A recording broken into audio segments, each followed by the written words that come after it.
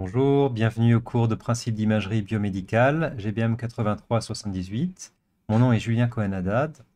Aujourd'hui, nous allons parler de ma modalité préférée, l'imagerie par résonance magnétique, ou IRM. Alors, on va parler de l'IRM aujourd'hui et puis les deux sessions prochaines. Aujourd'hui, on va aborder les aspects, euh, disons, de base, en lien avec la physique de base, le concept de spin nucléaire, moment magnétique, et puis on va également parler des aspects instrumentation. Alors, avant de commencer, on va faire un petit historique de la modalité d'IRM et de la résonance magnétique nucléaire en général, parce que c'est une histoire assez fascinante. Donc, en 1923, Wolfgang Pauli décrit le phénomène de spin nucléaire qu'on va voir ensemble, c'est-à-dire les propriétés qu'on peut décrire d'une façon quantique ou mécanistique que les noyaux, que certains noyaux ont, que certains noyaux atomiques ont, de présenter un spin nucléaire comme un mini aimant en fait, qui est associé à chaque noyau. Euh, Environ 20 ans plus tard, c'est Isidore Isaac Rabi qui obtient le prix Nobel pour une méthode permettant de mesurer les propriétés magnétiques de ces spins nucléaires. Euh, et puis, 10 ans plus tard, là, on passe avec le phénomène de résonance magnétique nucléaire. Donc, c'est-à-dire que ces spins nucléaires ont certaines propriétés. Et une de ces propriétés, c'est de pouvoir être mis en résonance. Ok, si on envoie une onde radiofréquence euh, dans un groupement de spins nucléaires, ces spins vont amasser cette énergie et puis vont la retransmettre éventuellement. Et ça a justement été décrit par Félix Bloch et Edward Purcell. C'est vraiment ça qui a permis de commencer des expériences pratiques en résonance magnétique nucléaire, en spectroscopie notamment, pour mesurer les signatures de certaines molécules. Euh, et puis, là, il a fallu attendre quelques décennies pour passer de la RMN à l'IRM, c'est-à-dire l'imagerie par résonance magnétique. D'accord? Parce que ce qu'on avait auparavant, c'était principalement un spectre, alors que pour obtenir une image 2D ou 3D, là, il a fallu utiliser une certaine technologie basée sur des gradients. Alors, il y a eu quelques controverses quant à la propriété intellectuelle qui a inventé l'IRM. Damadian avait proposé un prototype, euh, mais en parallèle, il y avait aussi Paul Lauterbur et Peter Mansfield qui avaient travaillé sur la même chose, qui, eux, ont obtenu le prix Nobel. Donc, il y a eu quelques tensions dans le domaine de l'IRM. Euh, alors, quels sont les avantages de l'IRM par rapport aux autres modalités d'imagerie qu'on a vues? Premier avantage, qui est un gros avantage, c'est que c'est une modalité non ionisante. Ok, c'est basé sur les ondes électromagnétiques, mais ce sont des ondes qui sont beaucoup moins énergétiques que les rayons X. On est dans le domaine des ondes radio. Ok, on est dans la centaine de mégahertz. C'est non ionisant. Ça a une très bonne résolution spatiale. On peut imager dans n'importe quelle direction, n'importe quelle coupe. Et puis, ça possède un contraste élevé et ça permet également de distinguer différents tissus. Un point relié, c'est qu'on a une information spécifique et biochimique selon certains tissus. On peut par exemple visualiser spécifiquement la vascularisation. On peut même visualiser spécifiquement les artères ou les veines. Ok, comme c'est le cas ici, on voit principalement les veines. Là, on voit principalement les artères avec une séquence qu'on appelle time of flight. On peut mesurer le débit. On peut aussi mesurer des changements de température. C'est pas mentionné ici. On peut également faire de l'élastographie. On peut mesurer des propriétés d'élasticité du tissu. Euh, L'IRM fonctionnel, dont vous avez peut-être entendu parler, permet d'avoir une information sur l'activité neuronale.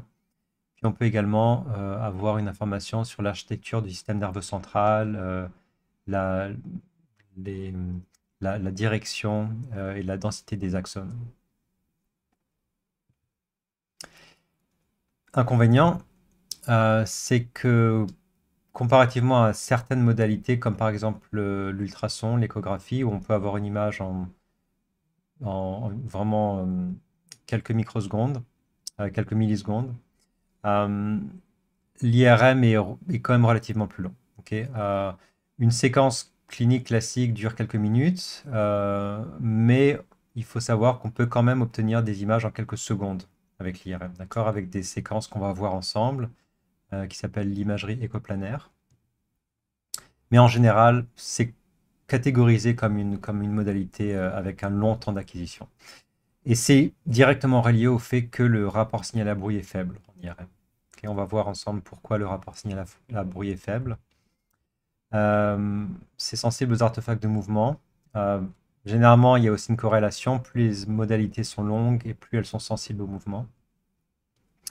Un gros inconvénient de l'IRM, et c'est même un critère d'exclusion pour certaines personnes qui ont par exemple un pacemaker ou des implants métalliques, c'est que les objets métalliques causent des déformations ou parfois sont même interdits. D'accord. Encore une fois, les gens qui ont un pacemaker, ça peut, la présence d'un fort champ magnétique peut dérégler l'appareil et donc c'est fortement interdit. Et puis, c'est également un système qui est bruyant. Donc, les gens qui sont sensibles au bruit ou parfois des chercheurs aiment faire des expériences pendant le sommeil. Euh, Par exemple, regarder la consolidation de la mémoire ou des expériences neuropsychologiques. Donc le bruit peut être un problème. Ok. Et pour certains sujets qui sont claustrophobes, il faut savoir que le tube de l'IRM est relativement petit.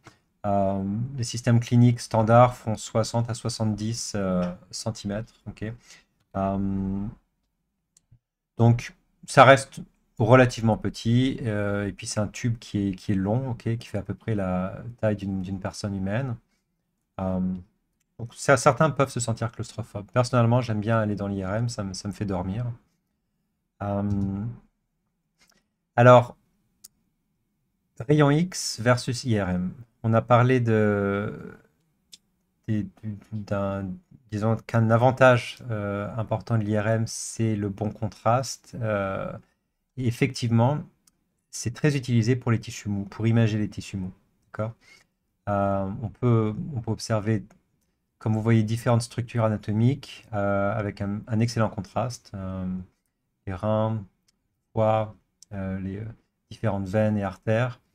Alors qu'en radiographie X, on voit pas du tout ces subtilités dans les tissus mous. Par contre, en rayon X, on voit très bien les os, alors qu'en IRM, on les voit un peu moins. Ok.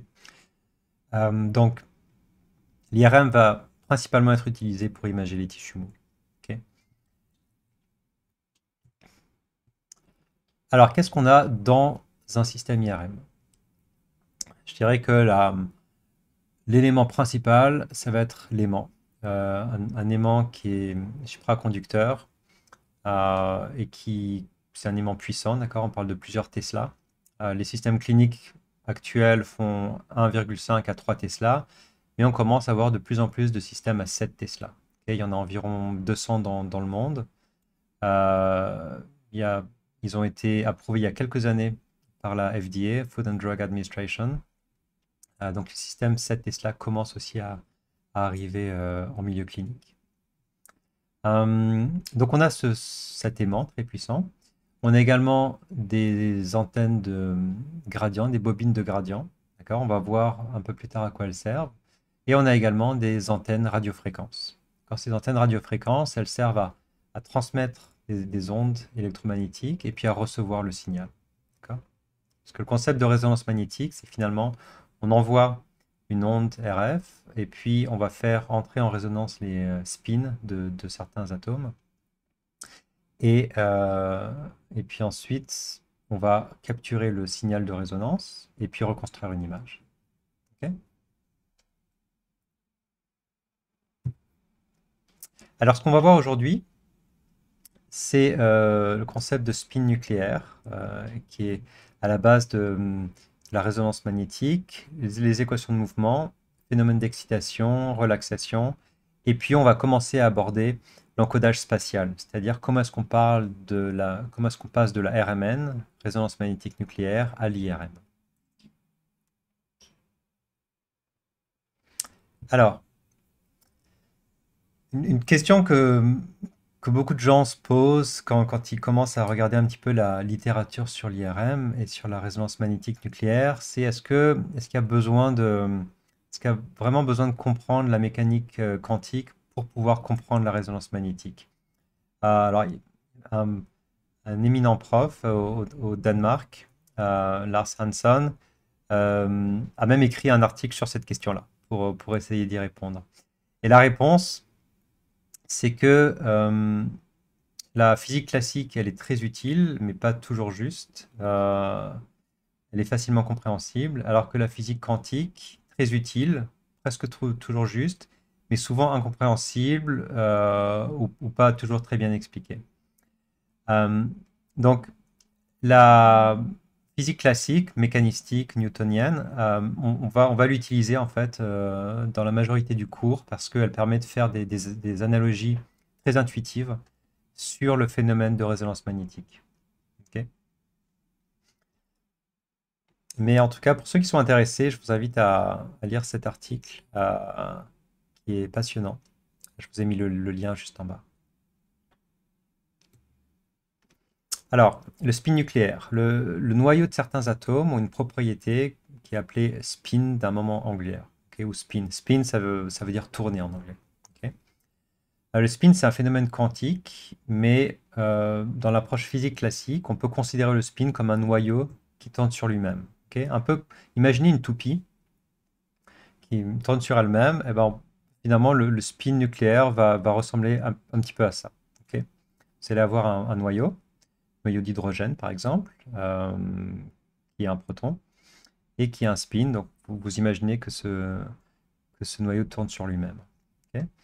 Euh, un autre aspect, c'est qu'une charge en mouvement génère un champ magnétique. Ok. Si vous faites passer du courant dans un fil, vous allez avoir un champ magnétique généré à partir de ce courant. Le spin d'un noyau se comporte donc comme un minuscule aimant, ok, parce que vous avez une charge qui tourne, et donc on peut faire une analogie entre un spin nucléaire chargé et puis un mini-aimant. Ok. Ce mini-aimant s'appelle un dipôle magnétique nucléaire. Ok. Donc finalement, ce dipôle magnétique, il va être noté mu, et il va être orienté dans une certaine direction selon l'axe de rotation du noyau. D'accord? Et il va pointer vers le nord. D'accord? Encore une fois, c'est une représentation euh, de physique classique d'un spin nucléaire et d'un moment magnétique nucléaire. Ok. Alors, est-ce que tous les noyaux ont un spin? Alors non. Nombre quantique I va être une description quantique du spin nucléaire. I va dépendre de la structure atomique du noyau. Et pour avoir un spin, un noyau doit avoir un nombre impair de protons ou de neutrons. Ok. Donc si on est dans ce cas-là, proton impair ou nombre de neutrons impair ou l'inverse, alors on va avoir I va être non nul. Euh, et dans ce cas, le noyau a un spin. Ok. Et donc possède un moment nucléaire. Alors c'est le cas d'un atome très connu, l'atome d'hydrogène, ok, qui a un proton, zéro neutron. L'atome de carbone 11, par exemple, un isotope du carbone qui a 6 protons, 5 neutrons. On est également dans ce cas de figure-là. D'accord. Euh, il y a un intérêt très grand dans l'hydrogène en particulier, c'est qu'il est présent en très grande quantité dans le corps humain, ok. Et notamment dans la molécule d'eau, H2O. D'accord. Donc le corps humain est constitué environ 90% d'eau.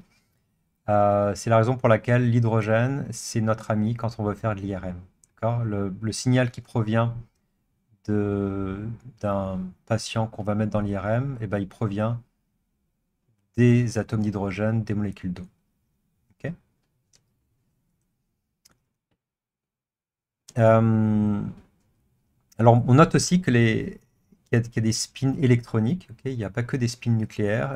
Les spins électroniques qui sont présents dans les électrons qui gravitent autour des noyaux, mais ceux-là ne vont pas intervenir quand on fait de l'IRM avec application médicale. Ok. Alors, on va parler maintenant du rapport gyromagnétique. Ce rapport gyromagnétique, euh, il va être relié au fait que le- que les atomes avec un certain moment quantique non nul va tourner en fait. Ok. Donc ce moment, la magnitude d'un moment magnétique mu, elle est déterminée par le nombre quantique I qu'on a vu et le rapport gyromagnétique. Euh, donc ce mu, encore une fois, il va correspondre à l'intensité de cet aimant. Ok. Plus mu est grand et plus cet aimant va être puissant. D'accord. Et la puissance de ce mini-aimant là, elle va déterminer directement le rapport signal à bruit qu'on obtient en IRM. D'accord. Donc idéalement, on aimerait un mu qui soit le plus grand possible. Mais ce mu, il est défini par des contraintes physiques. Donc I, le nombre quantique, qu'on peut pas, qui est dépendant directement de l'atome considéré. Ok. Constante de Planck qu'on ne peut pas changer. Et puis rapport gyromagnétique. On va voir que ce rapport gyromagnétique, lui, il va être dépendant du type d'atome. Ok. Donc par exemple, l'atome d'hydrogène a un spin de 1,5 et son rapport gyromagnétique va être 42,58 MHz par Tesla. Ok. Ce que ça veut dire, c'est que si vous mettez des atomes d'hydrogène dans un environnement, dans un aimant de 1 Tesla, alors ils vont tourner à 42,58 MHz. Ok.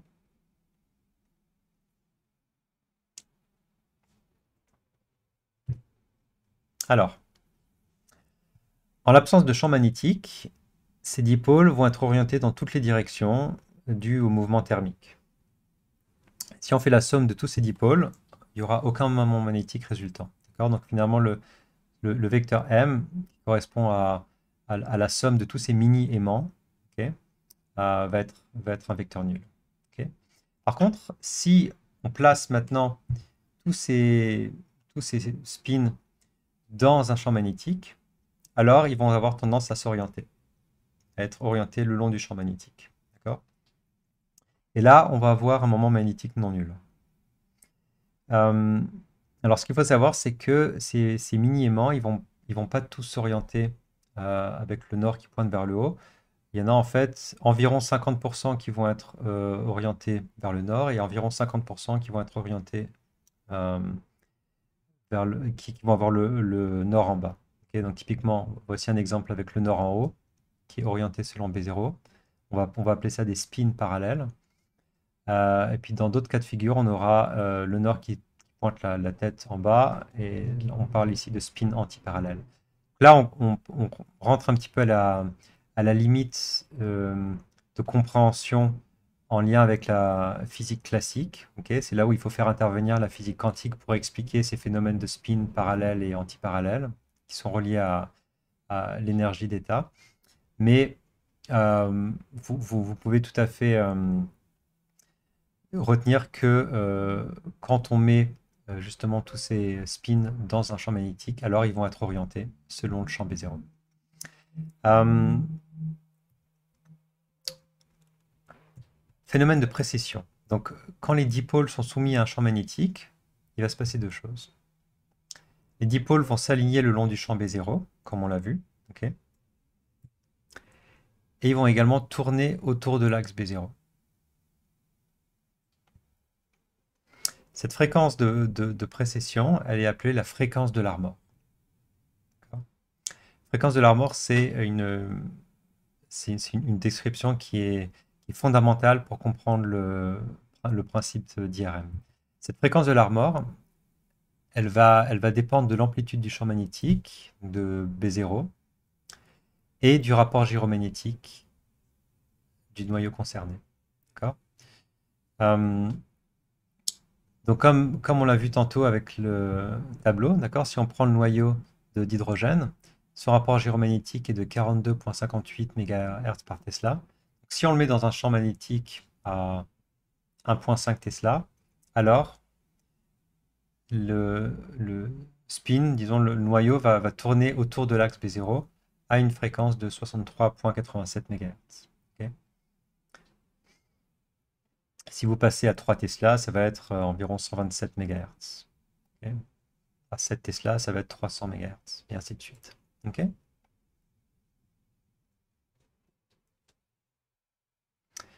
Et donc, c'est dans les années 30 que Isidore Rabi avait proposé une façon empirique pour déterminer les fréquences de l'armor de plusieurs atomes. Alors, s'il y a une équation vraiment à emporter sur une île déserte, ça va être celle-là. Ok. Rappelez-vous, fréquence de l'armor, elle vaut rapport gyromagnétique fois le champ magnétique statique. Ok. Alors, on a vu, placé dans un champ magnétique, chaque dipôle nucléaire peut prendre différentes orientations. En physique quantique, on nomme ces orientations spin states, qui correspondent à des niveaux d'énergie.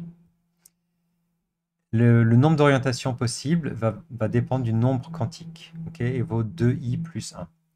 Donc, vous vous rappelez, quand je vous avais dit qu'on peut avoir un état parallèle ou antiparallèle, ben ça va faire référence à ce spin state, en fait, qui correspond à l'énergie. D'accord. Donc, dans le cas du proton, de l'hydrogène, où I vaut 1,5, on aura du coup deux états possibles, parallèle et puis antiparallèle. L'état parallèle a une énergie un tout petit peu plus faible, et c'est la raison pour laquelle ils vont être en léger surnombre, comme on va le voir ici. Donc là, on passe un petit peu à l'approche quantique énergétique. Quand une population de protons est soumise à un champ magnétique, la population va se séparer en deux groupes. Okay. Le groupe faible, spin parallèle, et puis le groupe à énergie plus haute, antiparallèle. Mais c'est là où justement il y a une subtilité importante, c'est que cette division n'est pas égale. Il y a légèrement plus de spin parallèle que de spin antiparallèle. Par exemple, à 20 degrés, pour un champ magnétique à 1,5 Tesla, 1 million de protons antiparallèles, il y aura environ 1,3 million protons parallèles. Okay. La différence est très faible, et c'est justement cette différence-là qu'on va pouvoir mesurer. D'accord. Parce que les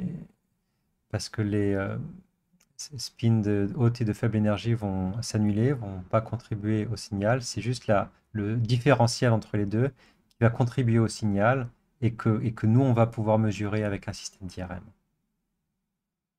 Ok. Ce rapport parallèle-antiparallèle, il est déterminé par le facteur de Boltzmann, qui va en fait faire le ratio entre l'énergie magnétique et l'énergie thermique. Donc l'énergie magnétique, comme on l'a vu, c'est cette fameuse fréquence de Larmor, rapport gyromagnétique fois B0, multiplié par la constante de Planck, okay, et l'énergie thermique, qui correspond au facteur de Boltzmann, et puis la température. Euh, si on est à 300 degrés, à 300 degrés Kelvin, comme on a vu, on a un rapport qui est très similaire. D'accord. Pour 1 million de protons antiparallèles, on aura 1,3 million protons parallèles. Si on baisse la température, là, on va avoir un ratio qui augmente. Okay. Et si on se met à proche de 0 Kelvin, là, on aura un différentiel très important. Et alors, c'est formidable pour l'imagerie parce que ça nous donne beaucoup de signal, un très fort rapport signal à bruit. Par contre, c'est pas vraiment possible de geler un patient à 0 degré Kelvin si on veut l'imager. D'accord. Donc ça, c'est une des limites, c'est la température qu'on ne peut pas facilement contrôler.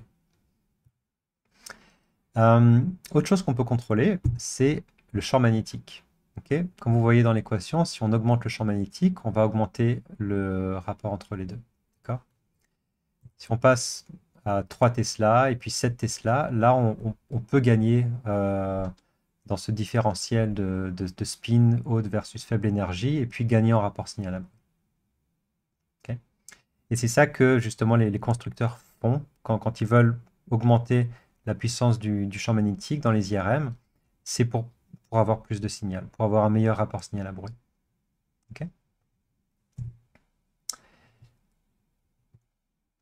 Et puis le troisième point, c'est que même à 1,5 Tesla et 300 degrés Kelvin, l'excès de spin peut être très important si la quantité de nucléons est grande. D'accord. Donc ce qu'on est en train de dire là, c'est que euh, c'est un phénomène qui est proportionnel. Donc, ok, ce ratio de 1 million à 1,3 million, si vous multipliez ça par 10, par 100, et ben, le différentiel absolu va également grandir. Okay. Et c'est encore une fois une des raisons pour lesquelles on image l'atome d'hydrogène parce qu'il est présent en très grande quantité dans le corps humain. Okay. On pourrait faire de l'IRM avec le carbone 13. On n'en fait pas parce qu'il y en a très très peu dans le corps humain.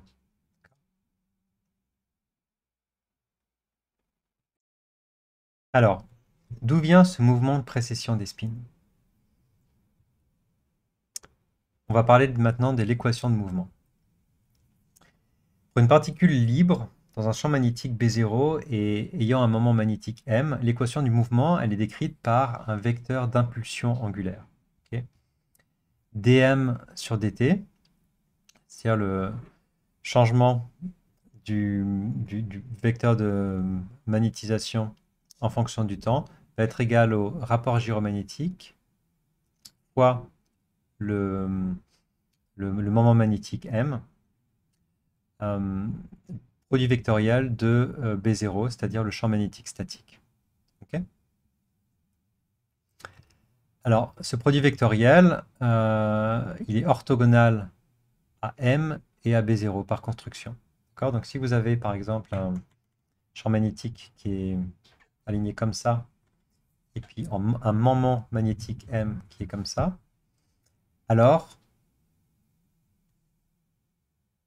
en fait, ce produit vectoriel va être orienté de cette façon-là.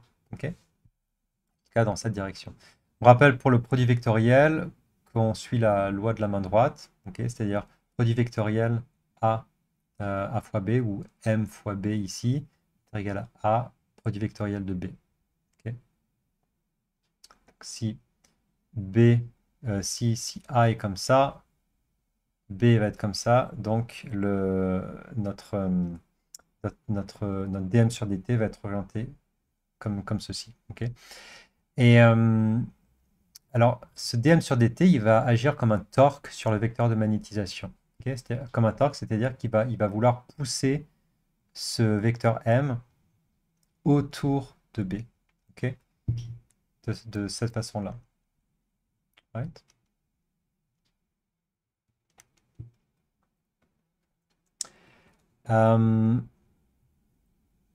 Alors, on va décomposer le vecteur de magnétisation M sur les trois axes, X, Y, Z.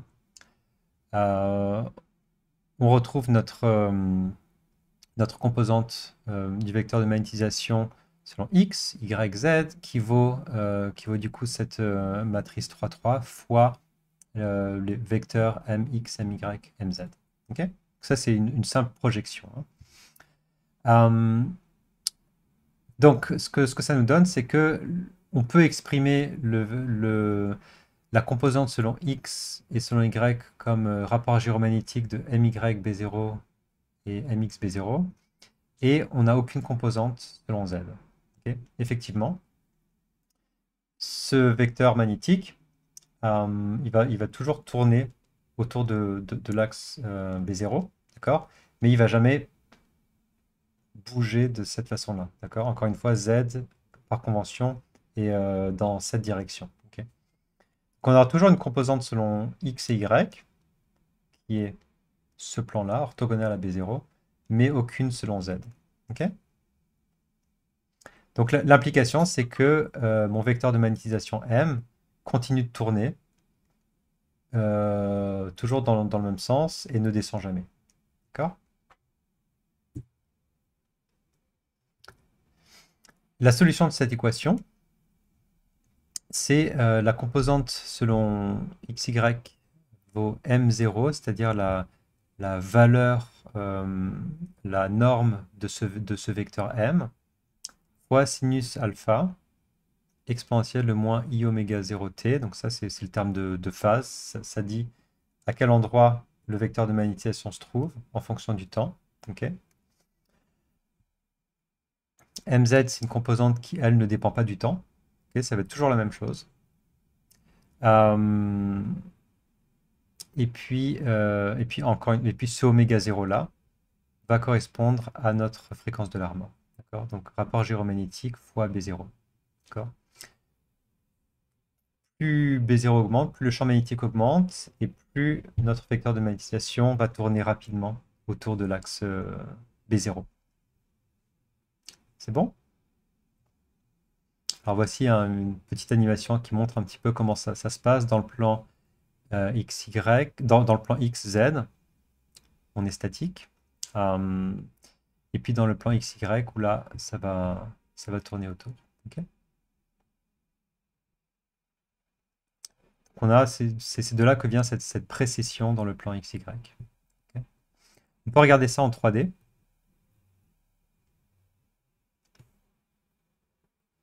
Alors maintenant, question fondamentale, comment est-ce qu'on enregistre un signal en IRM? Ok, vous imaginez que ce vecteur de magnétisation, il provient d'un ensemble de spins dans un volume, qui peut être un verre d'eau par exemple. Je mets ce verre d'eau je mets ce verre d'eau dans une IRM. Euh, les spins vont être alignés le long de B0. Euh, ils vont tourner autour de B0. Et puis, comment est-ce que je vais pouvoir enregistrer un signal? Pour enregistrer un signal, vous imaginez que, encore une fois, ce vecteur magnétique, M, il se comporte un petit peu comme un aimant. Ok. Si vous prenez un aimant, et que vous le faites tourner, et que vous avez ici une bobine de fil, eh bien, par induction de Faraday, il y aura un courant électrique alternatif qui va être généré euh, dans cette bobine. Et si vous branchez un oscilloscope, vous allez enregistrer un signal sinusoïdal. Ok. Donc, comment est-ce qu'on enregistre un signal en IRM? Eh bien, on va mettre une antenne, une ou plusieurs antennes. C'est bien. Alors, question reliée, là, c'est on enregistre effectivement les sinusoïdes. Quelle est la fréquence de cette sinusoïde? Eh bien, ça va correspondre à la fréquence de Larmor. D'accord?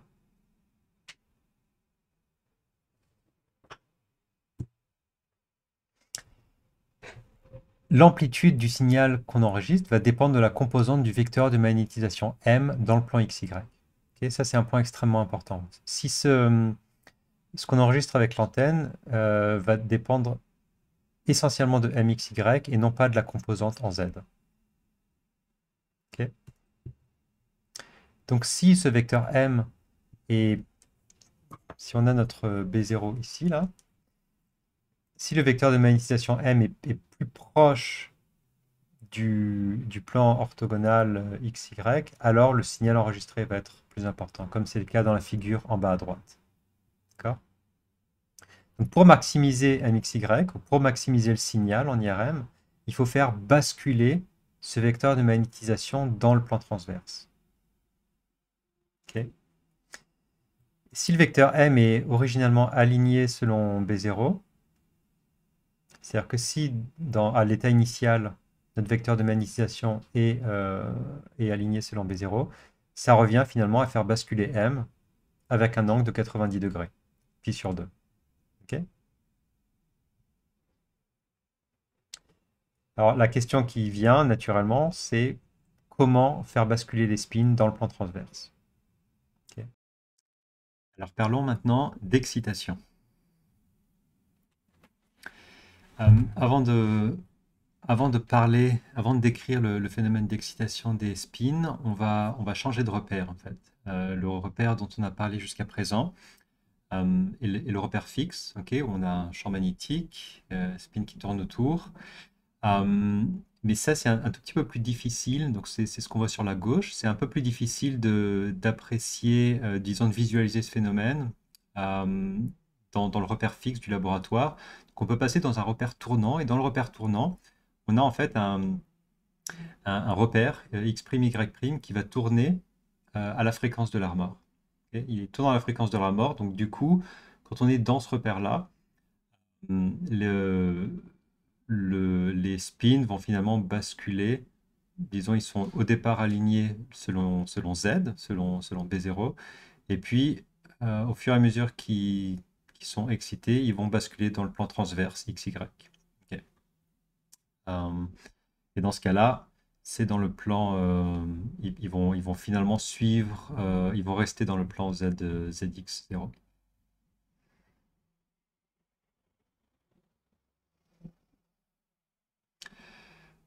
Alors, pour faire basculer les spins dans le plan transverse, il faut finalement pousser le vecteur de magnétisation à la bonne fréquence, ok. Parce que, encore une fois, les spins tournent. Donc, chaque fois qu'ils tournent, il faut finalement les pousser vers le bas à une certaine fréquence. Ok. Donc, à chaque fois qu'ils passent par ici, on leur donne une petite impulsion.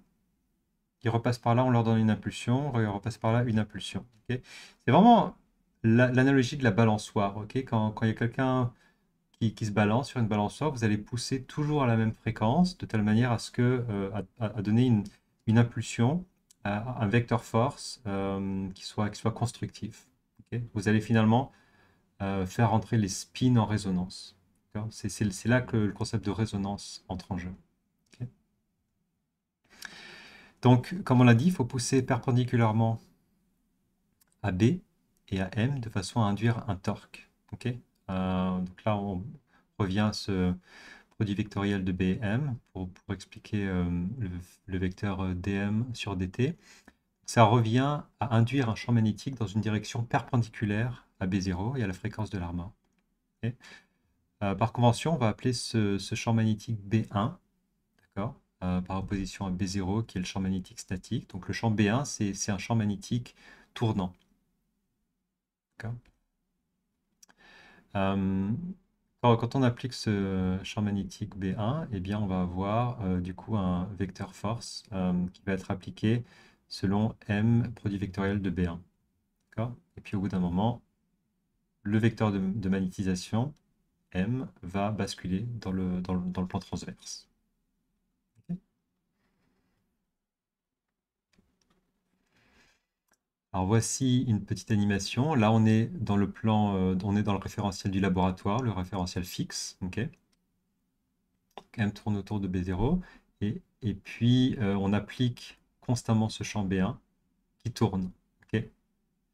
Et puis, une fois que M est dans le plan transverse, là, on peut enregistrer le signal. Donc, on a une antenne. Et puis, par induction de Faraday, ce moment magnétique qui passe proche de l'antenne avec une certaine amplitude va induire un courant dans l'antenne. Et puis, ça peut être détecté ensuite comme une sinusoïde qui oscille à la fréquence de l'armor. D'accord. Et puis, au bout d'un certain temps, M revient dans sa position initiale. Ok. Alors, comment induire un champ tournant? Je remets l'animation là. Comment avoir un champ tourne autour de l'axe B0? Est-ce qu'il y a finalement l'opérateur d'IRM qui va avoir une antenne et puis qui va tourner autour de l'IRM comme ça? Non, c'est pas comme ça que ça se passe. Et surtout que B1 tourne à une fréquence de plusieurs centaines de mégahertz, ok? À 128 mégahertz si on est à 3 Tesla. Euh, la rotation va finalement se faire grâce à une antenne dite de quadrature. Ok. Si on imagine par exemple, si on est dans le plan, si on regarde le plan de haut, ok, donc Z pointe vers nous. Voici le plan XY.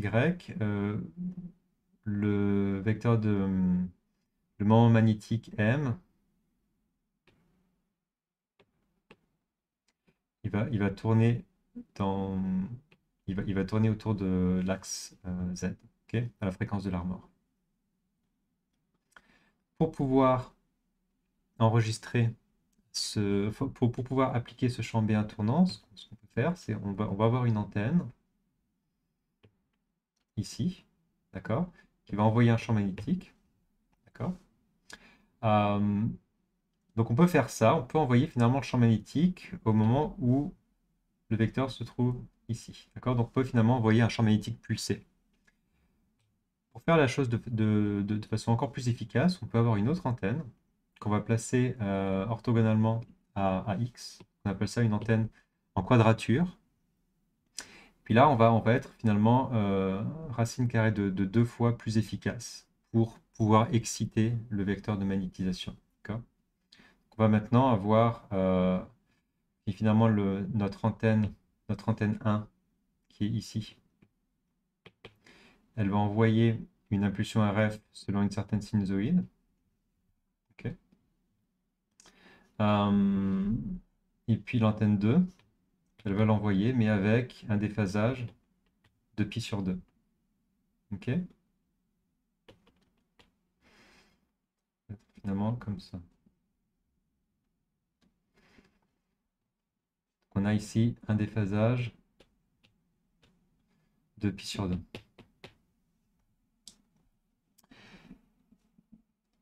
Ça, c'est une explication de l'excitation avec antenne en quadrature. On peut faire la même chose pour la réception du signal. Alors, si on résout l'équation de mouvement pour un champ B1 appliqué au vecteur de magnétisation, on peut trouver la fréquence oméga 1 avec laquelle les spins basculent dans le plan transverse. Et cette fréquence de bascule va être égale à oméga 1 égale rapport gyromagnétique gamma fois B1, d'accord, suivant l'équation de l'Armor. Et donc l'angle d'excitation, il va être donné par finalement cette fréquence intégrée le long du temps.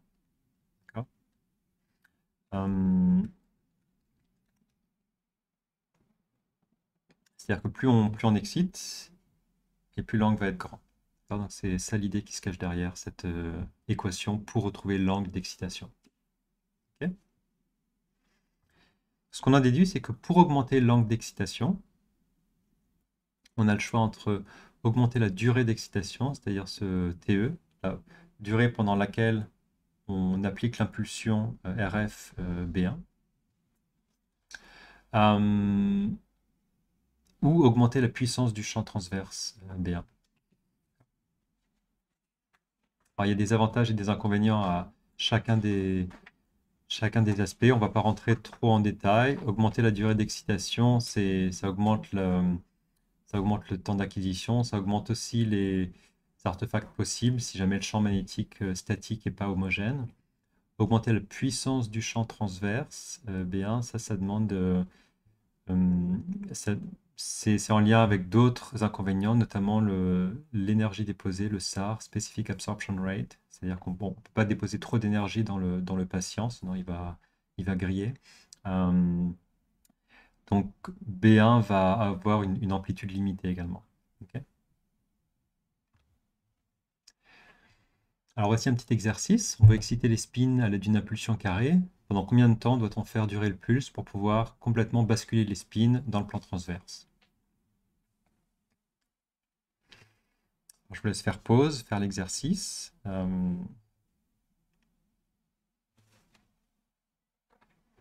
vais vous donner la réponse.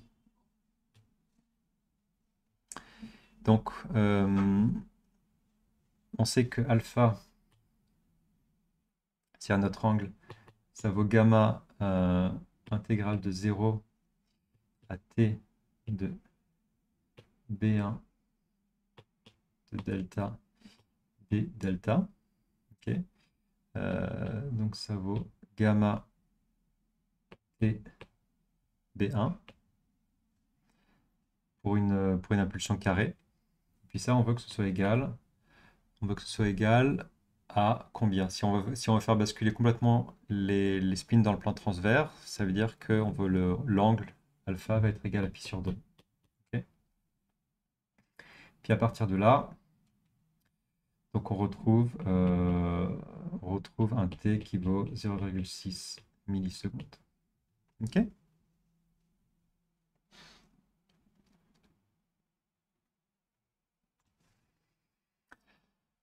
Alors, l'excitation, c'est-à-dire l'envoi d'une impulsion RF, elle a, elle a deux effets en fait. Elle a deux effets très importants. Le premier effet, c'est comme on l'a vu, de basculer les spins dans le plan transverse, XY. Ok. Également, de mettre les spins en phase.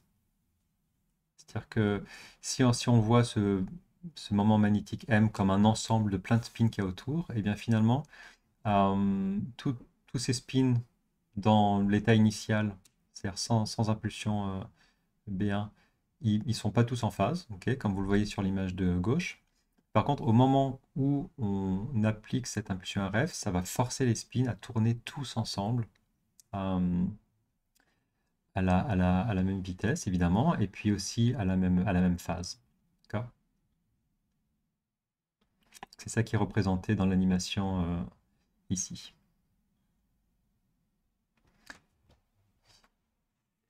Et la conséquence pour l'imagerie RMN, si les spins ne se mettaient pas en phase, ne se mettaient pas en phase, ce serait qu'on n'aurait pas de signal, en fait. On n'aurait pas de signal parce que si ces spins n'étaient pas en phase, eh bien la composante principale serait un vecteur nul, dans le plan transverse. Donc on ne pourrait pas récupérer de signal. Alors, on a vu l'excitation. Ok. Et donc le moment magnétique est dans le plan transverse. On peut enregistrer un signal. S'il n'y a pas d'interaction entre les particules, ces précessions, elles seraient maintenues. Donc on aurait constamment un signal pendant l'éternité. En réalité, les différentes particules elles-mêmes génèrent un champ magnétique. Et ça a pour effet d'induire un phénomène de relaxation, une atténuation du signal, si vous voulez. Par ailleurs, la fréquence de précession, elle est modifiée par la susceptibilité magnétique, l'environnement chimique. Okay.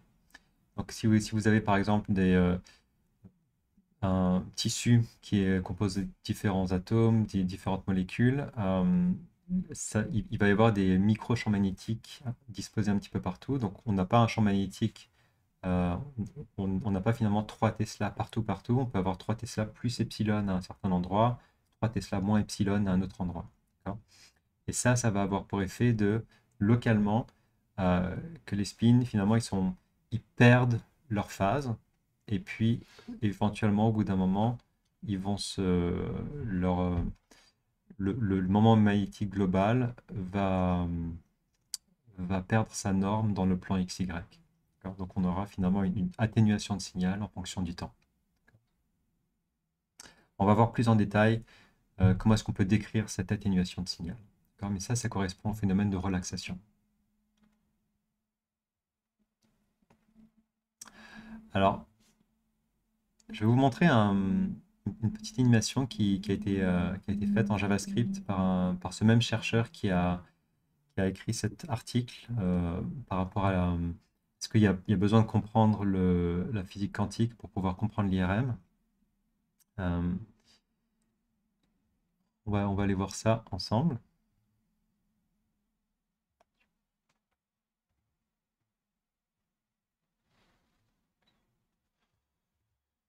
Alors,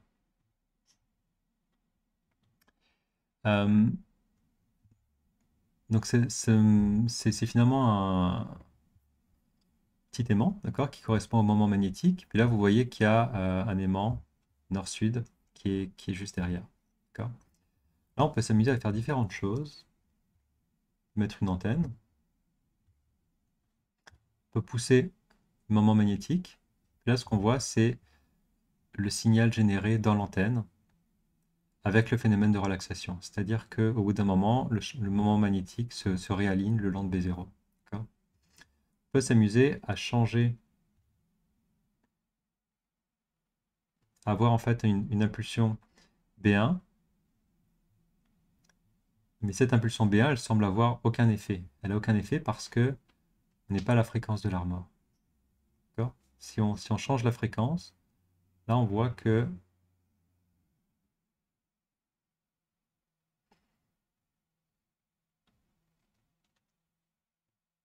là, si on pousse trop rapidement, ben, vous voyez que ça n'a pas d'effet constructif. On n'arrive pas à mettre les spins en résonance. Donc il faut vraiment tomber à la fréquence de l'armor pour pouvoir obtenir un signal.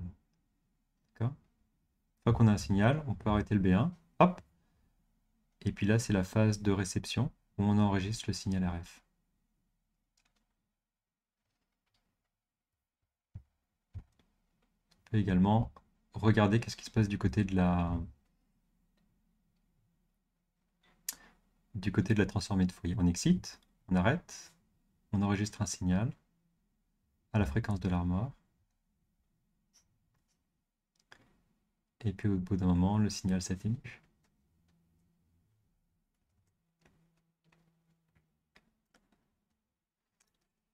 Donc, ça nous amène à parler maintenant du phénomène de relaxation. Alors, on a deux types de relaxation. En résonance magnétique nucléaire, on distingue la relaxation longitudinale, ou qu'on appelle aussi la relaxation T1, et elle correspond au retour des spins le long du champ B0. Donc, au départ, les spins sont dans le plan transverse, donc leur composante selon Z. Là, on va regarder la composante selon Z, okay, MZ. Quand les spins sont dans le plan transverse, la composante selon Z va être proche de 0. Et puis, au bout d'un moment, elle va remonter le long de l'axe Z, le long de B0, et ça correspond à cette relaxation-là. Donc, on va tendre vers une asymptote qui est la norme du vecteur M. Ok. La deuxième relaxation, c'est la relaxation transverse, ou qu'on appelle aussi relaxation T2. Elle correspond au déphasage des spins après excitation. Comme on l'a vu, au moment où on excite, les spins se mettent en phase. Ils tournent tous à la même phase, mais au bout d'un certain temps, ils vont se déphaser entre eux parce qu'ils sont soumis à des environnements chimiques et des microchamps magnétiques un petit peu différents. D'accord. Ils vont se déphaser entre eux, et ce déphasage, il va être directement relié à une baisse de signal qu'on enregistre avec l'antenne. Okay. Au départ, le signal est maximum. Juste après l'excitation, le signal est maximum. Plus on attend, et plus le signal décroît. Alors, voyons maintenant en détail qu'est-ce qui se cache derrière la relaxation longitudinale et comment la formaliser. Donc, on imagine que la magnétisation est hors équilibre suite à une perturbation, typiquement une impulsion RF. Là, on peut écrire avec le torque qu'on a vu tantôt que la description de la vitesse de ce moment magnétique selon Z, la composante selon Z, va être égale donc au torque appliqué fois le rapport gyromagnétique plus une certaine constante de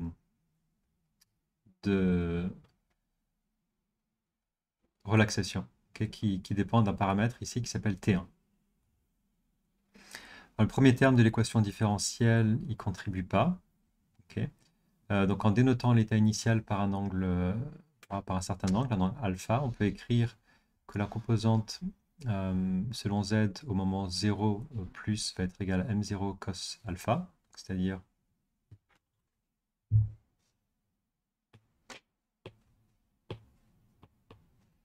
c'est Z. Hop. Ça va être alpha. Ok. Ça, c'est M0. Toute cette longueur, c'est M0. La composante selon Z, MZ va être égale à M0 fois cos alpha. Ok.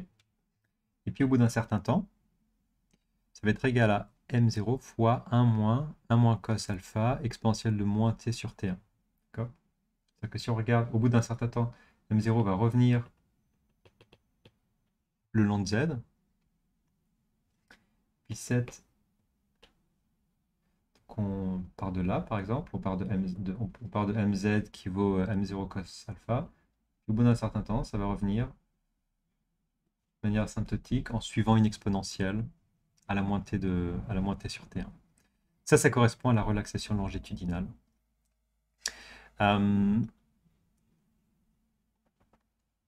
Donc voilà, c'est représenté ici sur ce schéma. Vous avez les différentes étapes. Ici, on commence avec un MZ qui vaut 0. Et puis augmentation.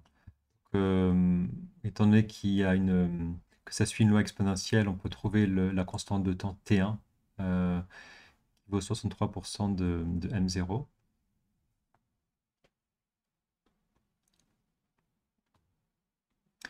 Constante de relaxation, elle est différente selon les tissus. Donc ça, c'est justement un intérêt de l'IRM, c'est qu'on arrive à distinguer différents tissus justement par cette propriété de temps de relaxation longitudinale qui va être différente selon les tissus. Les choses qu'on peut noter, c'est que dans les tissus parenchymeux, la matière grise, matière blanche du cerveau, le cœur, le foie et autres, on tourne autour de, allez, on va dire 500 millisecondes. Pour un champ magnétique donné. Par contre, dans des tissus qui sont un peu plus liquides, comme le liquide cérébrospinal par exemple, ou l'eau, là le temps de relaxation longitudinale T1 va être plus long. Ok. On note aussi que le T1 varie selon le champ magnétique. Ok. Donc un T1 dans le cerveau à 3 Tesla va être différent d'un T1 dans le cerveau à 1,5 Tesla. Est-ce qu'on peut mesurer le temps de relaxation T1? On a la chance à Polytechnique d'avoir un expert mondial justement sur cette question-là, Nicolas Stikoff, qui a écrit beaucoup d'articles et continue à faire beaucoup de recherches justement sur les différentes techniques permettant de mesurer le temps de relaxation longitudinale. Et puis bon, c'est tellement difficile et peu reproductible qu'il a même écrit un article sur la difficulté de mesurer précisément et avec une bonne exactitude le paramètre T1. Si vous avez des questions, je vous invite à le contacter directement.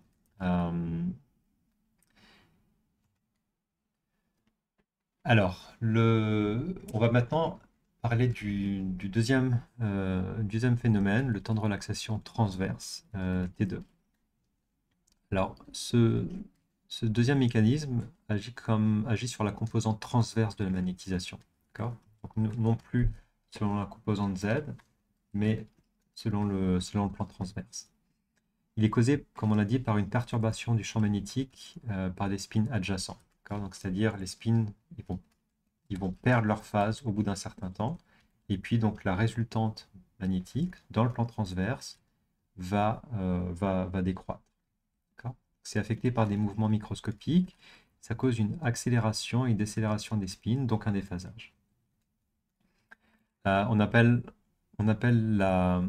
cette courbe ici, là, le Free Induction Decay. C'est l'une des premières courbes qu'on peut obtenir, qui a été obtenue en fait historiquement en résonance magnétique nucléaire. C'est-à-dire, on excite, on enregistre, et puis ce qu'on enregistre, c'est ce signal-là, Free Induction Decay. Donc là, il n'y a pas d'image, c'est simplement un spectre. Okay. On peut avoir le spectre de ce qu'on appelle la FID, qui va être centré à la fréquence de l'Armor. Okay.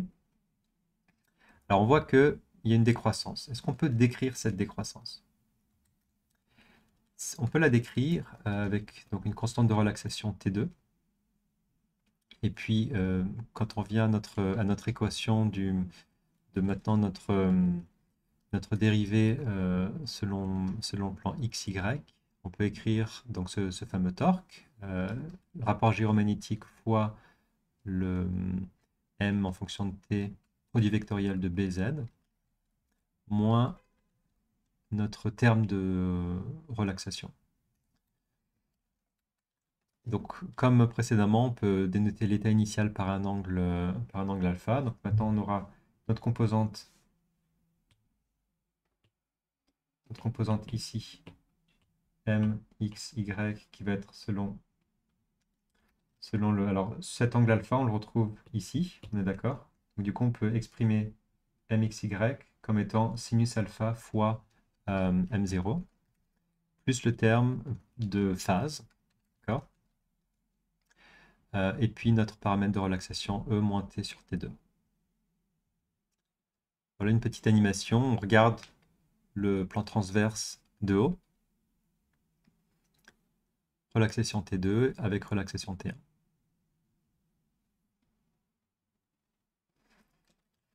Alors c'est aussi difficile de mesurer le paramètre T2. Mes recherches en fait depuis plusieurs années portent justement sur les différentes méthodes pour mesurer T2. J'ai écrit un article de review si ça vous intéresse dans le journal Neuroimage. Et un point qu'on peut rajouter, c'est que jusqu'à présent, je vous ai décrit en fait le paramètre T2. Ce qu'il faut savoir, c'est que il existe également un paramètre qui s'appelle T2 étoile. Alors, je vais vous décrire rapidement quelle est la différence entre T2 et T2 étoile. Le paramètre T2, il est intrinsèque au tissu. C'est-à-dire, si vous prenez une personne et que vous mesurez le T2 dans son cerveau, le T2, il devrait pas changer. Si vous refaites une acquisition le lendemain ou sur un autre scanner, le T2, il est intrinsèque au tissu, aux propriétés chimiques du tissu du patient. Le paramètre T2 étoile, c'est le paramètre de relaxation transverse apparent. Il est apparent parce que il va dépendre des propriétés magnétiques présentes au moment de faire l'expérience. Imaginez par exemple que ça c'est le scanner, ok. Ça c'est votre patient.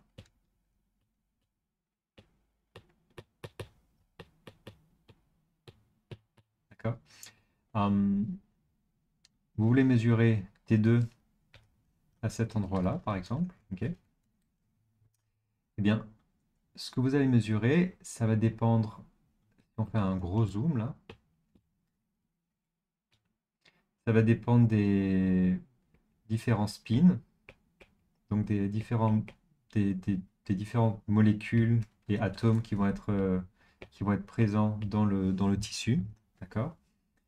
Mais ça va également dépendre du champ magnétique macroscopique qui va se superposer à, à ce gros voxel rouge, d'accord? Parce que ce qu'on suppose, c'est qu'on a un champ magnétique, B0 qui est par exemple égal à 3 Tesla, ok? On peut supposer qu'on a 3 Tesla partout, ici, c'est-à-dire de là à là, 3 Tesla. Mais en fait, ce n'est pas exactement le cas. Pourquoi? Parce qu'il y a certaines inhomogénéités présentes dans le champ magnétique. Par exemple, cette personne, elle peut avoir eu des caries, donc avoir eu un tout petit peu de métal sur les dents, du plombage, d'accord? Peut-être que, euh, peut-être que cette personne a un peu de graisse au niveau du cou, ok? Peut-être que cette personne a une barrette dans les cheveux. Et puis toutes ces choses-là vont finalement perturber le champ magnétique.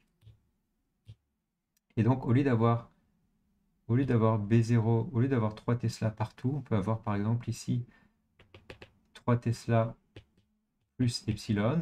Et puis là, on peut avoir un petit côté avec 3 Tesla moins epsilon. D'accord? Donc ça va finalement créer une sorte de gradient magnétique. Et donc, on n'aura plus 3 Tesla partout, on aura une certaine inhomogénéité dans le champ magnétique statique. D'accord? Ça va faire en sorte qu'on a justement ces deux différentes courbes. Ok, on a ce T2 qui correspond à la relaxation T2 intrinsèque au tissu.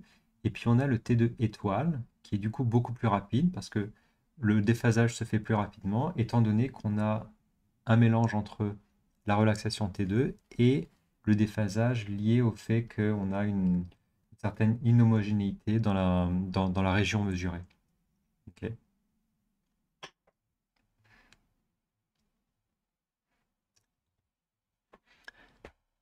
Donc, euh, si on combine maintenant le phénomène de relaxation T1 et relaxation T2, on a ce qu'on appelle l'équation de Bloch, qui a été proposée par Félix Bloch. Euh, donc, la dérivée du moment magnétique en fonction du temps, maintenant décrite dans les trois directions de l'espace, x, y, z, qui est donc rapport géomagnétique, fois le produit vectoriel entre le moment magnétique, un temps t, et puis le, le champ magnétique B, la composante selon T1, la composante de relaxation T1 et la composante de relaxation T2. Alors l'équation de Bloch, c'est vraiment la référence pour décrire le signal qu'on enregistre en IRM. Ok. Alors, le signal peut pas être décrit seulement avec cette équation, d'accord? Il y a d'autres termes qui vont se rajouter, des termes de durée d'acquisition, nombre de phases, nombre d'antennes, profil des antennes et des choses comme ça. Mais en tout cas, c'est une équation base fondamentale qui permet déjà d'expliquer en partie le signal qu'on enregistre. Ok. Alors, un autre quiz qui fait intervenir justement la relaxation longitudinale. On a, on a un échantillon, un équilibre, et un pulse à pi sur 2 est appliqué. Donc, on bascule dans le plan transverse. Que vaut la magnétisation longitudinale MZ au temps 0 plus, c'est-à-dire epsilon? Que vaut-elle au temps t? Et si on applique un pulse alpha, qu'est-ce qui se passe? Je vous laisse faire une pause. Alors, on a notre paire, Z, X, mettons. Euh, un pulse à pi sur 2 est appliqué, d'accord? Donc notre moment magnétique il va se retrouver complètement couché.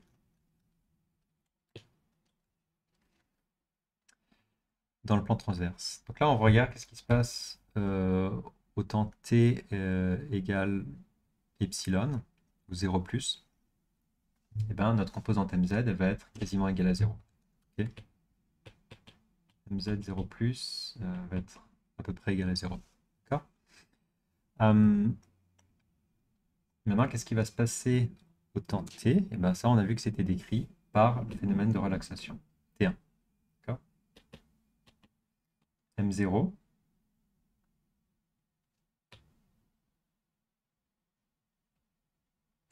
fois donc 1 moins exponentielle de moins t sur T1.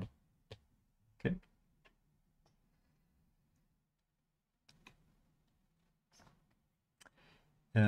Et si maintenant, au lieu d'appliquer un pulse pi sur 2, on applique un pulse alpha, donc on n'est plus dans ce cas de figure.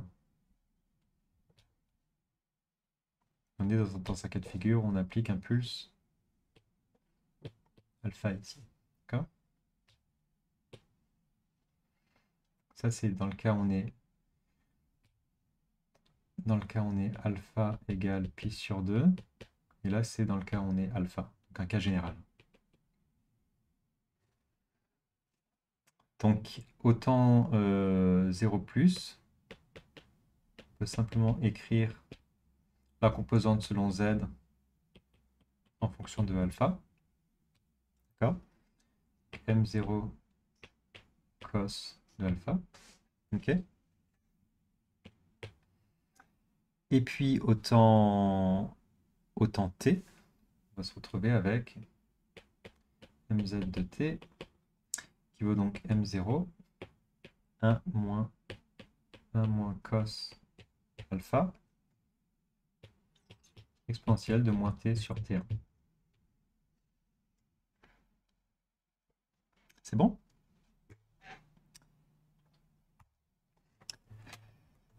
Alors, en quoi les phénomènes de relaxation sont importants en IRM? Ils sont importants parce qu'ils contribuent au contraste de l'image. Si on n'avait pas, si le T1 et le T2 étaient pareils dans tous les tissus, on n'aurait pas de contraste en IRM. Okay. Ou alors, on pourrait avoir un contraste lié à la densité de protons, mais le contraste serait beaucoup moins riche que le contraste qu'on peut avoir actuellement.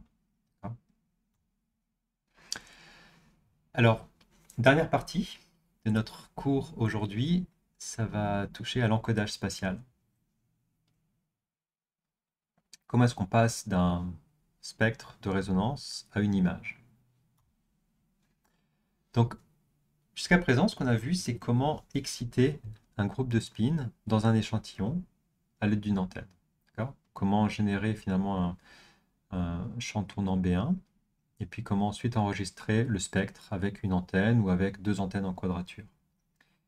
Mais ce qu'il faut savoir, c'est que le signal détecté, il provient de la résonance de tous les spins dans l'échantillon.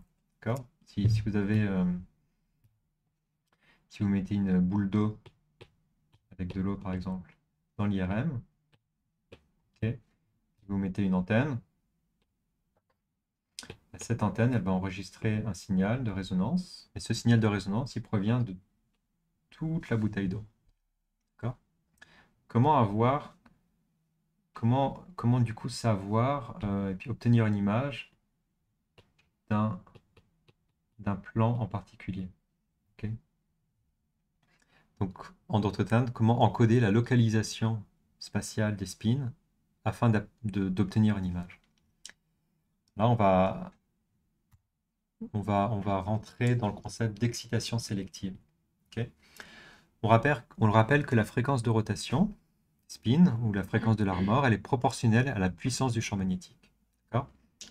Oméga égale rapport gyromagnétique fois B. Pour un champ B0 qui est homogène, tous les spins tournent à la même vitesse.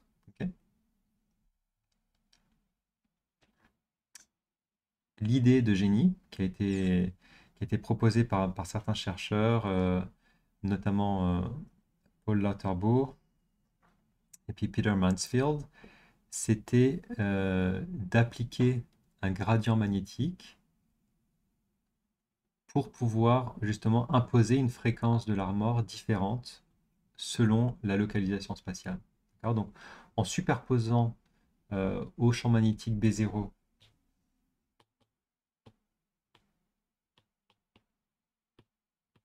un gradient magnétique, c'est-à-dire finalement un champ magnétique un tout petit peu plus intense et un tout petit peu moins intense à mesure qu'on dans une certaine direction de l'espace. D'accord? Donc ici on se retrouve avec B0 moins epsilon et là B0 plus epsilon. Okay, et de façon linéaire.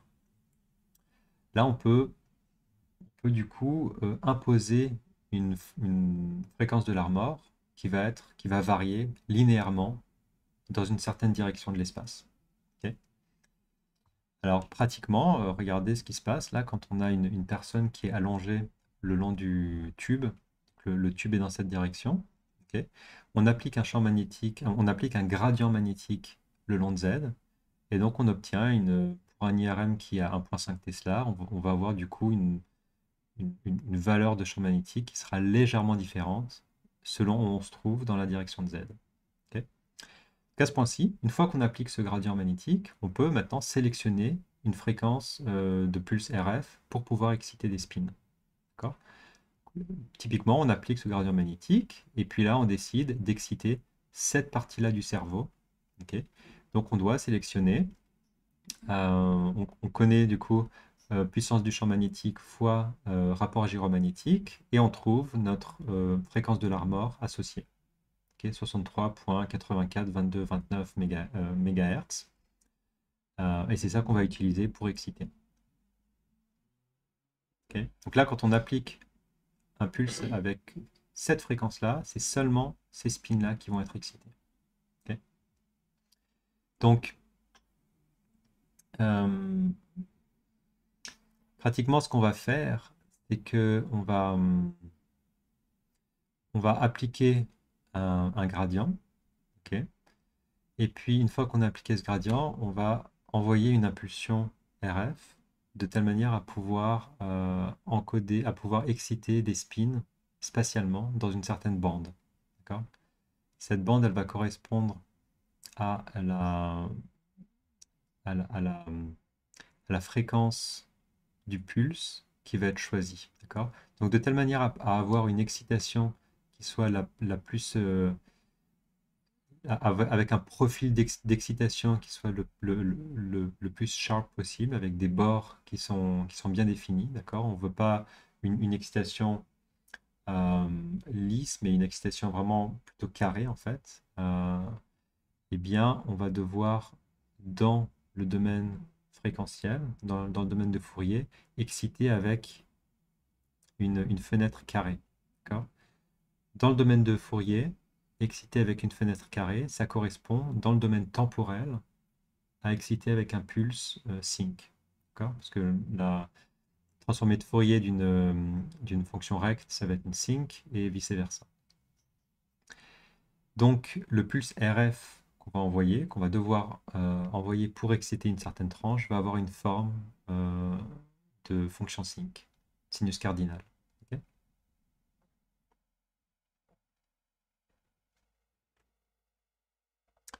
Un autre aspect qu'on peut mentionner aussi, c'est que euh, vous voyez que là que le carré n'est pas parfait, en fait. Ok, on a quand même quelques petites oscillations et quelques lobes. Pourquoi est-ce qu'on ne peut pas avoir une impulsion dans le domaine fréquentiel qui soit parfaitement carrée? Ben parce que si c'était le cas, alors notre impulsion RF, elle devrait être infinie. Ok. Il faudrait en fait définir un pulse sync, soit avec des petites oscillations qui partent pendant une durée infinie de temps. Or, c'est pas possible. D'accord. On a un patient dans l'IRM et l'impulsion RF, elle doit durer juste quelques millisecondes. D'accord. Donc le pulse RF, il est nécessairement fini dans le temps. Fini dans le temps, ça veut dire qu'on a, dans le domaine de Fourier, une impulsion qui n'est pas parfaitement carrée. D'accord.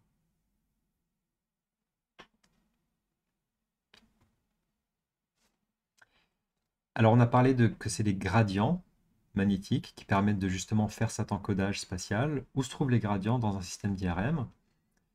Eh bien, il se trouve ici. D'accord. Donc, l'aimant principal, ça va être un énorme bobinage. Et puis, à l'intérieur de ce bobinage qui permet d'avoir un champ magnétique statique se trouvent les bobines de gradients. Alors, il faut savoir que les gradients, ils sont orientés selon X, Y et Z pour pouvoir encoder dans n'importe quelle direction de l'espace. Ok. Un gradient selon Z, c'est assez, c'est assez facile à concevoir, d'accord? C'est ce qu'on appelle des bobines de Helmholtz. Ok. Vous allez avoir un bobinage avec le champ magnétique dans une certaine direction, d'accord? Et puis un autre bobinage avec le champ magnétique dans avec le courant qui circule dans l'autre direction.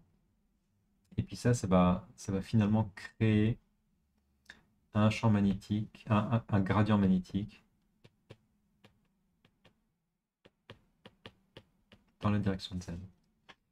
Pour pouvoir concevoir des bobines de gradient selon X et selon Y, c'est un peu plus compliqué, d'accord? Parce il faut le générer il faut finalement générer un gradient orthogonalement au cylindre. D'accord. Donc ce que vous allez avoir, c'est des embobinages en spirale comme ça, avec le courant qui circule dans une certaine direction. Et ce bobinage, il va être en fait euh, moulé le long du cylindre. D'accord. Donc on va prendre cette forme-là et puis on va la warper voilà, warpé autour du tube finalement des gradients. C'est l'image que vous avez ici. D'accord? Ça, c'est un exemple typique de gradient dans un système d'IRM classique, clinique. D'accord.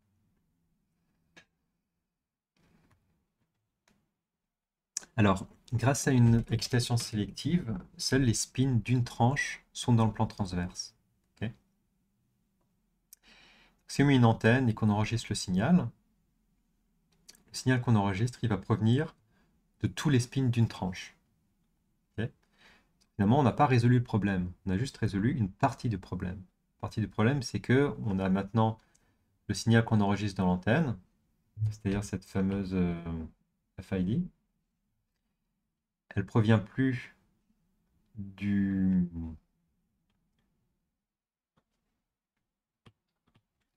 elle provient plus de tout le volume, elle provient juste d'une certaine tranche. D'accord. Mais il reste que le signal qu'on obtient provient des spins de toute cette tranche. Comment est-ce qu'on obtient une image, du coup, à partir de ce signal-là? Ok. On va voir ça ensemble. On va voir une intuition, justement, qui va nous permettre de comprendre comment est-ce qu'on peut obtenir une image au sein d'une même tranche.